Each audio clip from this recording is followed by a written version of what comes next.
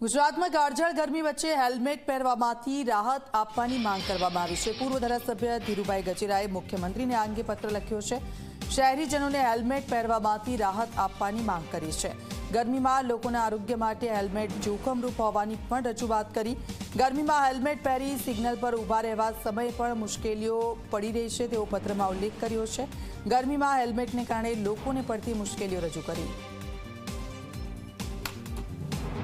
શહેરી વિસ્તારમાં હેલ્મેટનો કાયદો રદ થવો જોઈએ એમનો હું પૂર્ણ આગ્રહી છું। કારણ ગરીબ અને મધ્યમ વર્ગ હેલ્મેટને હિસાબે લૂંટાઈ રહી છે।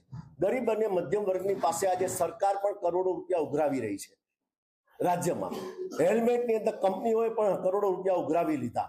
પ્રજા લૂંટાણી અને હેલ્મેટના કાયદાથી આજે 40 ને 45ની ગરમીમાં સિટી વિસ્તારમાં 10 થી 15 ને 20 કિલોમીટર ગાડી ચાલતી હોય, સ્ટેશન વિસ્તારમાં કલાકો સુધી ટ્રાફિક પાસ થતા હોય, ત્યારે 1 કિલોમીટરમાં 4 સિગ્નલો આવતા હોય, એ 4 સિગ્નલો ક્રોસ કરતા તમને દમ નીકળી જાય। આ હેલ્મેટ પહેરીને કેટલો ત્રાસદાયક હોય એ તો બિચારો ગરીબ અને મધ્યમ વર્ગો જ અનુભવી શકે।